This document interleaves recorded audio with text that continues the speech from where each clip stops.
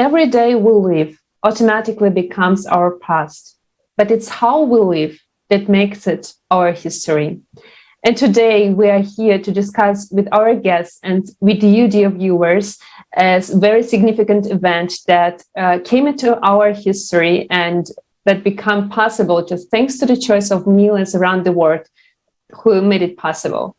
And it is the Worldwide Forum Global Crisis, We Are People, We Want to Live, that took place on 7th of May. And the topics raised in the forum were vital for everyone. So people organized the simultaneous translation into 100 languages and the streams, the broadcasts into thousands of platforms just to make sure that everyone will get access to this vital information. And this event united people from 180 countries of the globe to talk about the really threats and challenges of our civilization, but also about solutions that are already available that will work only in the conditions where the human life will be put first, will be the priority number one in our society, in other words, in the creative society.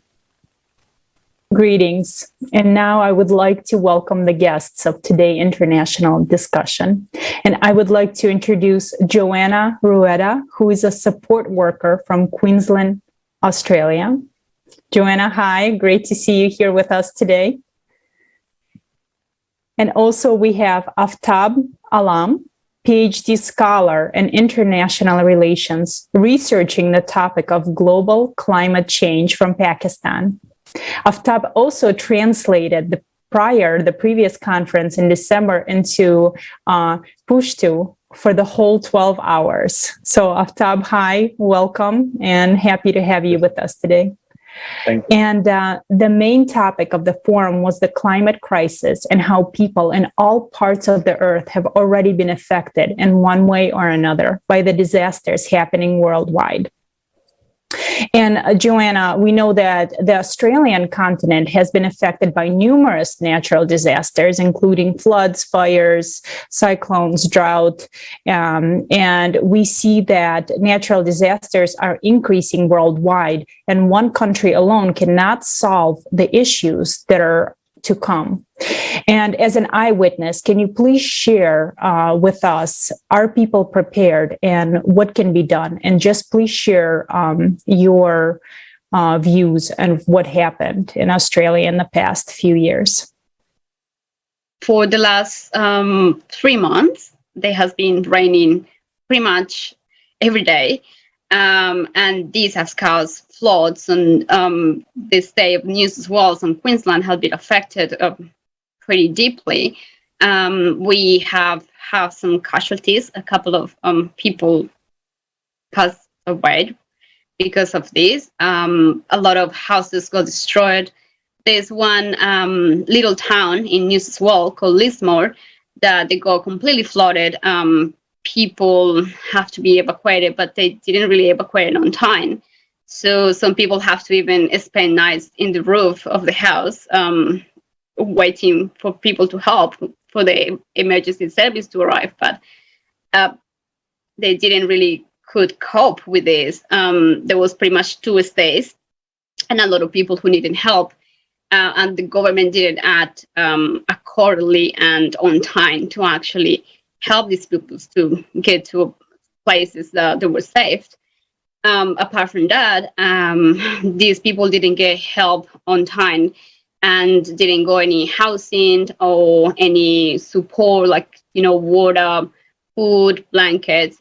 The community actually unite to provide all of this for these people, but they didn't really go the help from the government or the funding that they're supposed to have as a taxpayer. We expected that some of that money it goes to disasters or to the emergency service. That's how they're supposed to be in this country.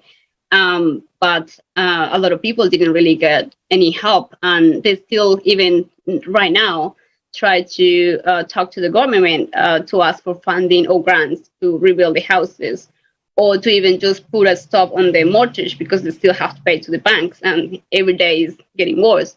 So yeah, it's not really easy for these people, and I mean, nobody really is helping, or nobody really is caring. And the funny thing is, like, you see in the news what is happening, and they do all the covering, but we don't know what happened after the disaster. So these people don't have houses. They're living on friends' house, or even in caravans or in tents and things like that. But no any help had been provided for them. And these people, they have the family and support around, but what about the people who live in conditions like disability? These people, they get in the worst because they need the help of the system to actually support them. Like, as a carer, if I don't go to see my clients, they won't be able to get up from the bed, or they wouldn't be able to eat. So it's pretty bad. Thank you very much for sharing, because, when we hear these reports and stories, first of all, the stories of people from the first account, we cannot just stay ignorant. And that was also a lot of reportages and eyewitnesses, telling their experience in the forum that took place on 7th of May. And it's really scary because people just stay along with the problems. And as you said, they even have to pay mortgage, even if there is no house anymore. So it shows how unprotected we are, and also the groups of our society that need even more protection, as people, for example, with disabilities. And this is showing what priorities we actually have. And the same story we observed here in Germany last summer, that just since 1 year passed, I don't know what we've learned. So many people died in the flood in Germany. And these are wealthy countries who have enough money, who have the technologies, but we don't see them in the practice. So I would like also to ask Aftab, could you please share your experience and your observations, for example, in Pakistan? So we've seen that Pakistan was also being affected by various of cataclysms, and many people have died due to the lack of warnings, timely evacuation, and proper implementation of technologies for preventing disasters and saving human lives. Could you please share what you observe? Yes. Basically, according to the World Climates, are the international climate researcher, are the scientists, are engineer of environmental sciences. According to them, South Asian region and African region is more affected right now. And Pakistan is also one of the country in South Asian region, and one of the top 20 country which is affected by the global climate change. And we have experience from the past 10 years that our glaciers are melting, the people are migrating, and there are different issues. But being a student of international politics, I'm observing this situation in my country and in Afghanistan, because these both countries are severely affected. In 2010, there was a flood in the most of the region in Pakistan and Afghanistan, most of the areas, and there is thousands of people were affected, because most of the people were migrated into different areas, and they have caused different issues, security issue, population increasement issues, and so many other things. So the climate change is basically a threat multiplier for the developing countries, because most of the countries like Pakistan, their economy is totally based on agriculture, and and because of the little resources, it is difficult for the government to contain the issue of global climate change. So there is also different other issues like the security issues, political instability, economic structure problems, and so many other overpopulation and all of these things. But the global climate change has caused they can multiply these threats. I'm very happy that the creative society is doing this job, that they are trying to educate the people in this context, that globally we can do everything and we can contain this issue. Thank you. Thank you so much. And, one of the other problems we see worldwide today, and it's very concerning, is the lack of water worldwide. So we can see that rivers are drying up, or we can see that the bodies of water that we do have are being polluted. And of course, we all know that we need water to survive, and that is one of our main resources. And right now, I would like to watch a video that was part of the forum about what technologies we have and what technologies can be implemented in order to provide clean water for all people. But we can only do this in the creative society. So let's watch a short video right now.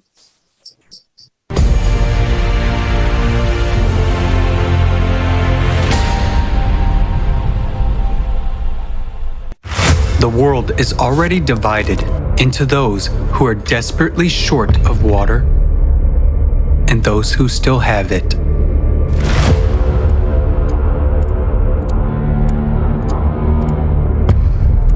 According to UN data, humanity needs to wake up to the looming water crisis. And this is despite the fact that nowadays we know how to extract water even from the air and even in the most arid region. Water from fog. In one of the world's largest capitals, Lima, located in the desert, fog is collected in huge nets and used to produce drinking water. Morocco has one of the largest plants, which produces up to 6,000 liters of drinking water a day from the fog. Its operation costs practically nothing and does not require external energy. Water from the air. Atmospheric water generators allow you to extract up to 3,000 liters of drinking water per day, and it can be increased up to 1 million liters. Can be mobile and stationary. They can operate from any energy source and in any climate, even in the arid desert, are used for the needs of the military in some countries and well proven in emergency situations. For example, in 2010, after the Haiti earthquake, the generator produced thousands of gallons of clean water for drinking, wound washing, and surgery. Do you agree to die of thirst in the presence of such modern technology?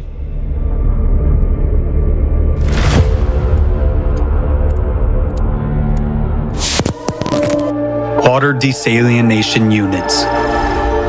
Worldwide, about 16,000 desalination plants purify ocean water from salt and turn it into fresh water. They can produce millions of gallons of fresh water a day and supply 300 million people. Innovative developments already allow desalination plants to be environmentally friendly, work even on the energy of ocean waves, and not to harm the ocean. In the water, they can retain the minerals needed for irrigation of fields and extract minerals from the remaining brine. This is ultimate cynicism and cruelty. When millions of people die of thirst in countries located on the ocean coasts, while such technologies are available. And this is the essence of the consumerist format of the society in which we live. Water retreatment. The technology has passed many tests. The water is safe even for drinking, and its quality exceeds World Health Organization standards. Meanwhile, every 2 minutes, one child dies from a disease related to contaminated water. 2 billion people in the world use drinking water sources that are contaminated with feces. By 2025, half of the world's population will live in areas with water scarcity. In just 3 years, it will be every second person. Actually, we don't have even these 3 years. Due to climate change, the situation on the planet is changing rapidly every day. And trouble comes where no one was expecting it. So, what will you personally choose? To die of thirst? Or to drink fecal water?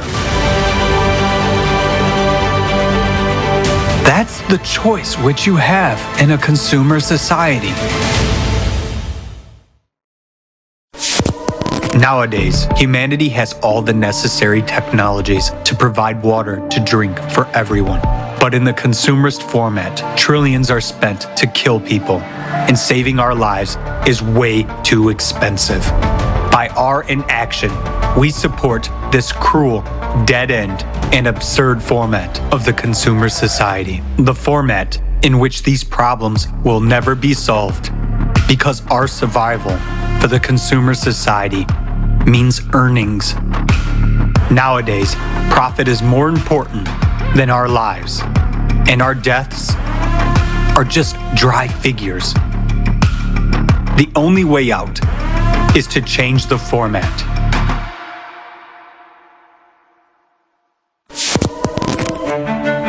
The most important thing you can do now to save your life, the lives of your loved ones, and all people on the planet, is to join in informing about the creative society. Because only by changing the format of society will we be able to prioritize the value of human life. We will introduce advanced technology everywhere and guarantee the protection of every person's life. Act now. Inform about the creative society.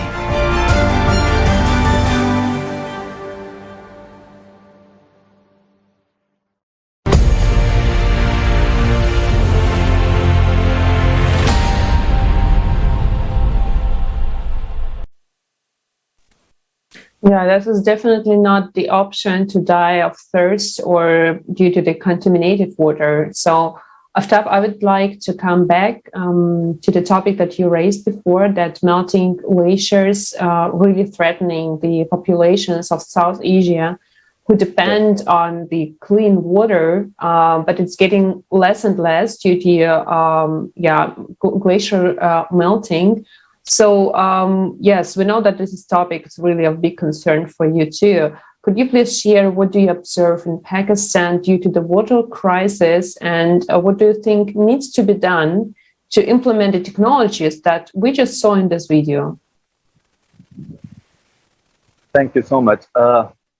Basically, all the entire lower developing countries, including Pakistan, most of them are agriculture economies. Their economy is totally dependent on agriculture. And if you look towards the crops is directly dependent on the water.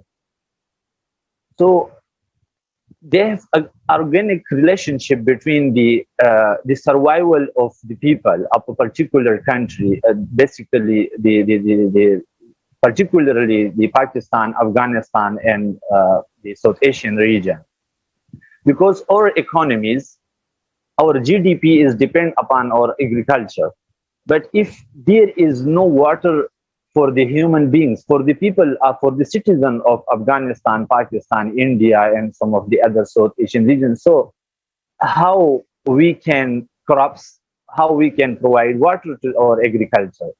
So it is an alarming and the threat for our economics or political and all of. That's why I'm talking that this is the climate change is a threat multiplier. And if recently the people protested in our big city Lahore, and the people, most of the people rise banners and they protest and they give threats to the government that we are not, that we are going to die because of the water scarcity. So this is a big problem. And the second important thing is that we have no technology to resolve this problem, because the people of the developing countries, they totally depend on the developed world. And the relationship between these developing and developed world is what I'm saying, that this relationship between these two countries is the word is not good. And that's why it is important for the people and also for the government that they can take initiative to resolve these problems. But if the word, what I'm saying, that the word developing countries, the developed world, if they are not supporting the developed world, the developing countries, so it's difficult for them to survive. In the history of Pakistan, just a few days ago, in most of the area in Sindh, the children are died because of the not availability of water.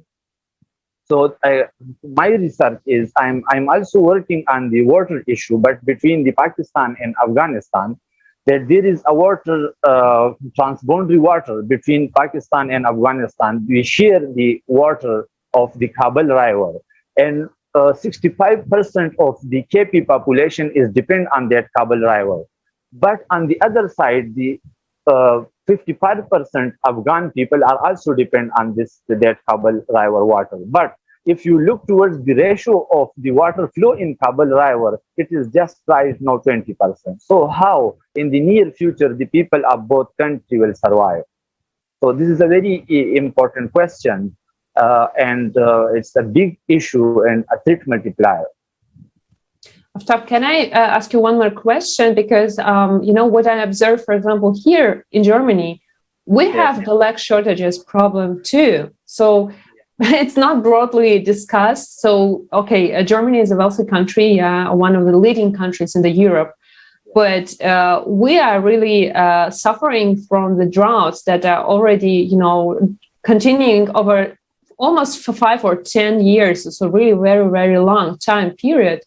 But we see nothing has been done just to deal with the problem. So the water shortage is not only the problem of, for example, Southern Asia regions. Yeah. This is the problem of the entire globe. That's why this is one of the global crises. What we observed about now, like what we saw in the video, we have the technologies that are really not expensive, but we see really so little examples where they're really implemented. So what do you think needs to be done from the perspective of the society, of people themselves, to really to create this demand that we need these technologies to survive, like everywhere, like globally, not only in one region, but everywhere? Basically, the people can just raise the voice, and they can, in a democratic structure or in a democratic world, they can change, or they can ask, or they can fulfill their demands through the vote, through the elections, and they can send the people, those people to the parliament, that they can work and they can make policies for the issues of global climate change. But if we send through our vote, the people like that, our parliamentarian or our Senate members, that they cannot work on these basic needs, but they are working on the industries, and they can work for the promotion of their own self, for the elite class, and so on. So again, it will be, they will also affect. They will also affect because of this issue. But the first and most important thing for we people that we can unite all the people of not only the people of Pakistan, because the people of Pakistan alone can do nothing, but the entire world can unite on that this is our basic need. This is the need that the God gave, this is our right that the God gave us. So one is the fundamental, this is our fundamental rights. Okay, we are human beings and we want to live, and this is our right. So for that purpose, it is important that without any race, without any culture, without any customs, without any religion, we unite all the people of the world, and then we will contain this issue. Otherwise, it's difficult that if a particular person or particular organization or particular society they can just work for that. So I think it's difficult for them to control or to contain or take over this particular problem. So unification of the world is important to contain this big issue. Thank you so much. Absolutely. And, even in the United States, we also see water scarcity issues. I mean, we can see them in California, it's already globally. Maybe, Johanna, maybe you can tell us about Australia as well. So this way our viewers can see how global this crisis is. Could you please share with us, is there water scarcity in Australia as well? Are you observing it now? I know no right now, but I know a couple of years ago there was, because of the weather, there was droughts everywhere, and the government were asking people to having 5 minutes shower or just to save water. And traditional has been for the Australian people to save water when they do the washing or things like that. They do that as a culture, I guess, because in the past they have been suffer a lot for droughts. I know with the floods there was asking by the government to save water because they could become contaminated with the flood. So we didn't go to that stage, thanks God, but it's something that could happen. Of course, could happen in this country as well. We go one of the driest. Well, we live in a part that is really dry of the country. We could have those shortages of water in the future. It doesn't mean that we can experience this. But thanks God for now, at least for this year, we're all right. Mm-hmm. Yes, thank you. And, today we live in a world where we have spent $330 billion to eradicate famine problems, but we have failed.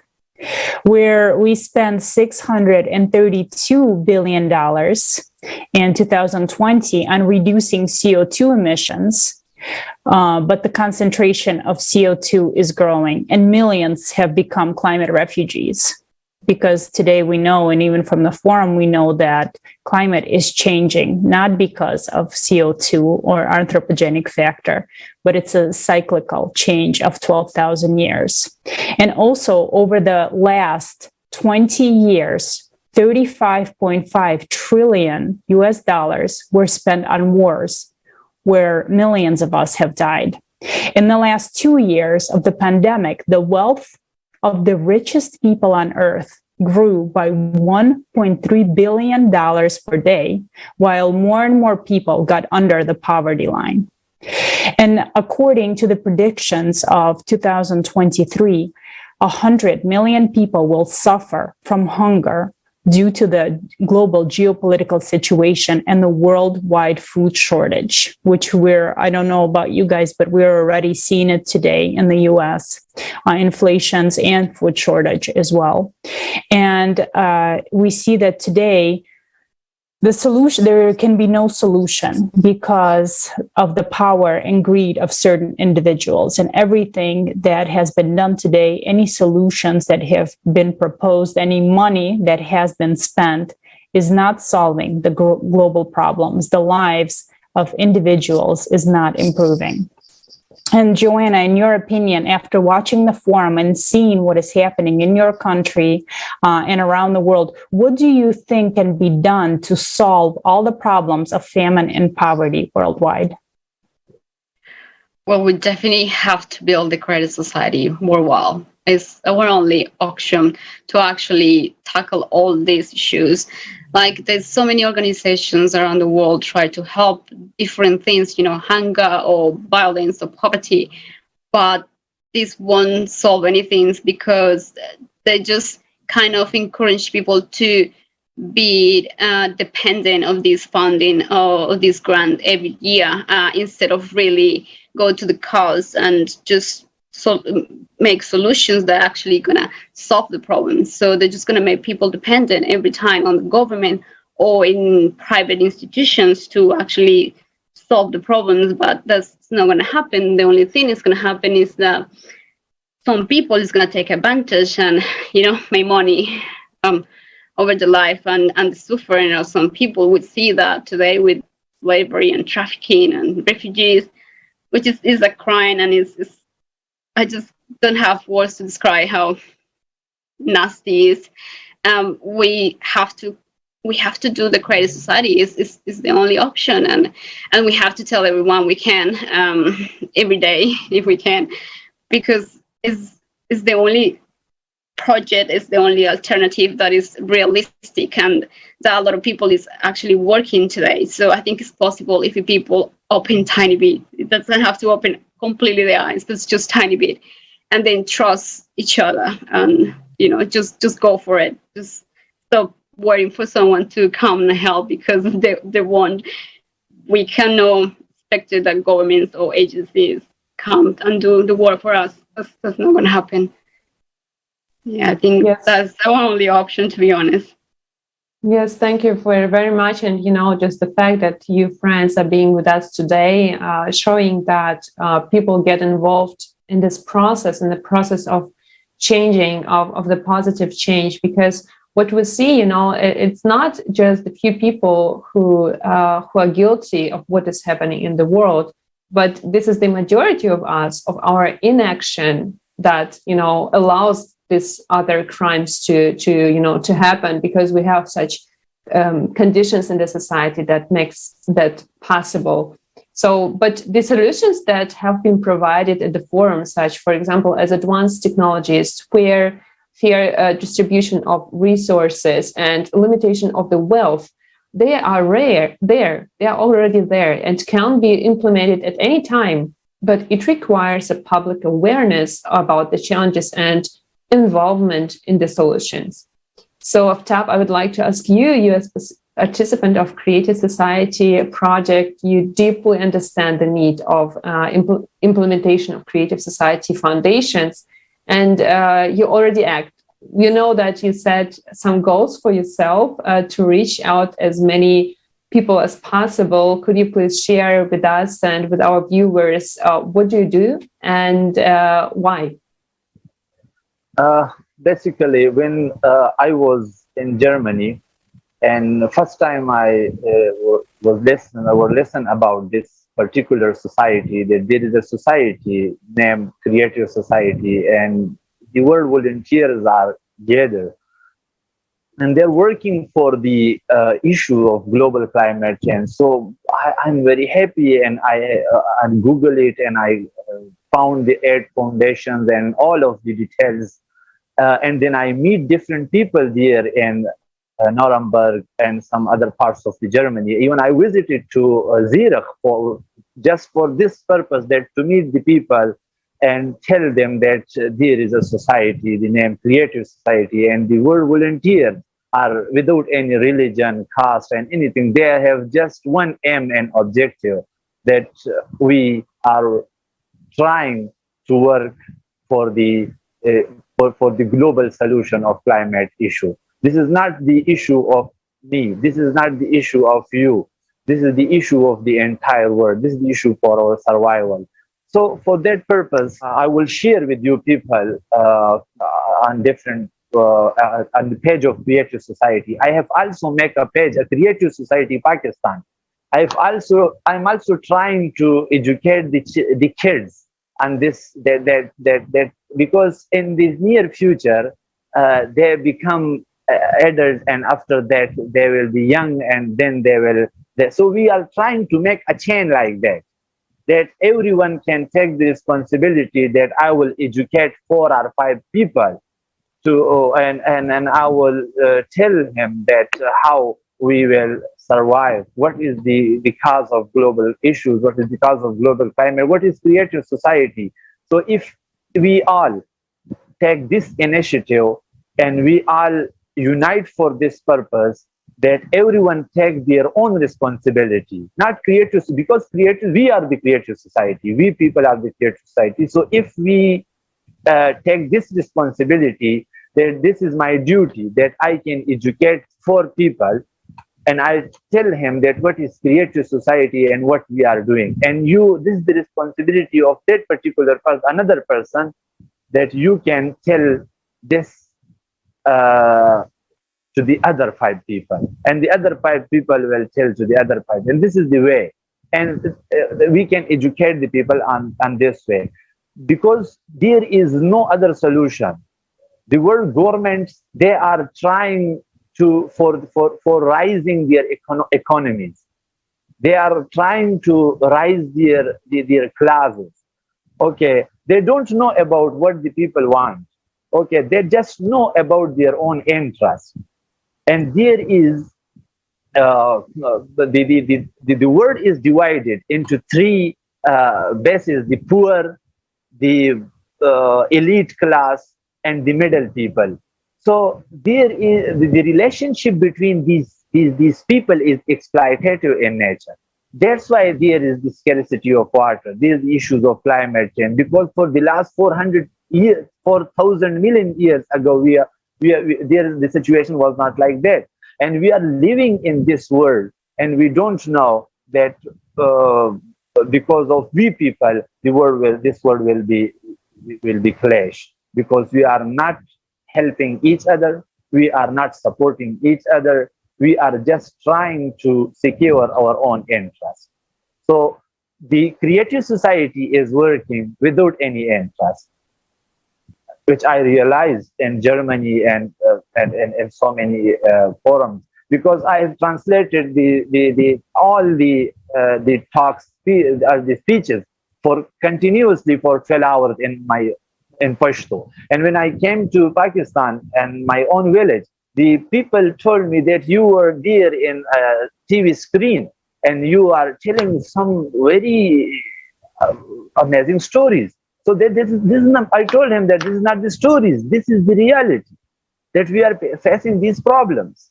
So now 204 students in my camp, and we are working that how to educate the young generation and how to educate our girls in universities, colleges, and schools about the creative society, about the global climate change, and about this particular work. So this is my contribution, and I'm trying to work for the creative society, and I will educate the people for this purpose. Because the unite we can do.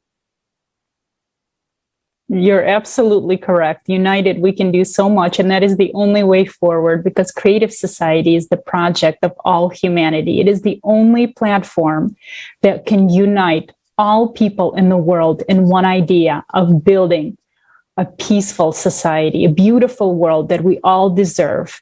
And we can have it as soon as we inform all the people worldwide, as soon as all the people say yes to the creative society. Most of the people, I would say yes, we can live in a beautiful world. And today already we know, and the forum showed us as well, that we have all the resources, we have all the technology. And with the united potential of all the scientists and all the people in the world, imagine what we can have if we use that potential for the benefit of every person, for your benefit, for the benefit of your family, my family, and all the families in the world. We can have a beautiful world. I would say that we all deserve it, don't we? I mean, why are we living like we are today, in fear? People are fearing what's going to happen tomorrow. We shouldn't live like that. We should have the best of the best, because this planet was given to us, and we should, we should make it beautiful again. We should fix the ecological problems that we have today. We can do only united, combat climate change, and start living as human beings. So thank you so much for sharing. And then, Johanna, what, as we're drawing to a close, what thoughts or what questions would you like to leave our viewers with today? Please watch the forum, because we need to be aware in order to change things. Please join the Creative Society, not just for you, but for your kids, for our kids, for our future. Please do it. It's worth it, and it will change everything. We got everything, as you say, Olga. We got everything to change this world for a beautiful one, and we just have to open our eyes. Stop being afraid of what people thinking, or even what is in our consciousness that tell us not to. But just go for it. Just do it. Share the information with everyone you can. Do it a little bit every day, just tiny bit, and every day will be good. And encourage people to be better, to join us and to work, not just in the Creative Society, but just work and then solve. Because if they do, everything is going to change. So please just watch the forum and join the Creative Society. Yes, thank you, Johanna. Thank you, friends, for your insights and your, honest understandings. How much we need each other. So we've been divided for the last 6,000 years. And this is our time. This is not the time of certain groups. This is our time as humanity. So that's why we dare to speak in these big terms and this big, proportions, because this is our time and we have everything we need for it. So let's not waste our time, and let's not waste for the worst time to come, because, let's create our future today, and let's start informing people about the amazing future we can have. And all we have to do is just to create the electoral request. And the only thing each person needs to do is just to say yes, as Olga said. So yes to Creative Society. And the information is indeed the key. As soon as all people will have access to the truthful information, the sooner we will implement a solution that already exists, that already is there. And so share, please, the forum in your language, share your thoughts, and join the millions around the globe who build the Creative Society already. Thank you. And also, I would like to thank our guests for joining us today. Thank you, the viewers, for joining us today as well. Also, I would like to remind our viewers that the Creative Society platform is created for the unification of all people worldwide. And be part of it. It's easy to join just by going on the website, creativesociety.com, and pressing the Join Us button. And you can pick the level of participation. If you would like to actively participate and volunteer, you are more than welcome to, or you can just join and say that, yes, I support the Creative Society. And also, if you have watched the international forum, Global Crisis, Where People We Want to Live, and you would like to participate in an international discussion such as this one, the one you're watching right now, please email us at info@creativesociety.com. Thank you so much for joining us today, and until next time.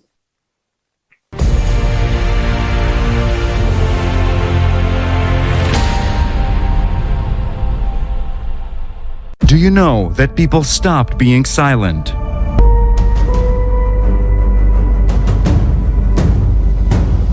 International discussions. The truth is that when it comes to migrations and refugees, it is a business. I saw the market where the children selling out openly. 4 days we were facing the sniper shot us and the bullets above our heads. If we do not address such issues like human trafficking, tomorrow it could be you, tomorrow it could be me. Politics is driving the science, not the science driving the politics. Many people want I stop to talk, but I say no.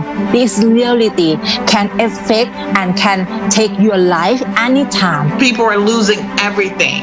$270 trillion. Where is the money? And where is the result?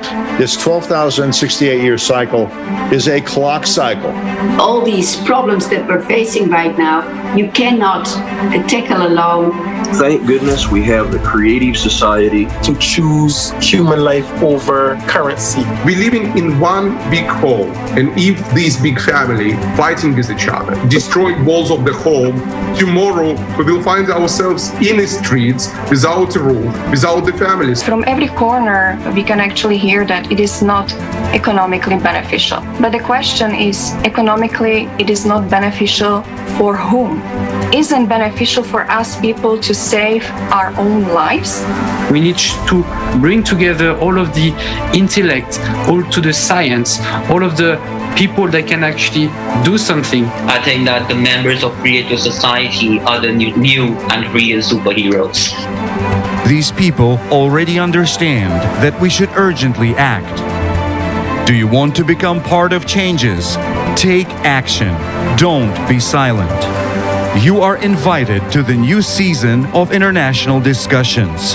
Watch the forum, Global Crisis. We are people. We want to live.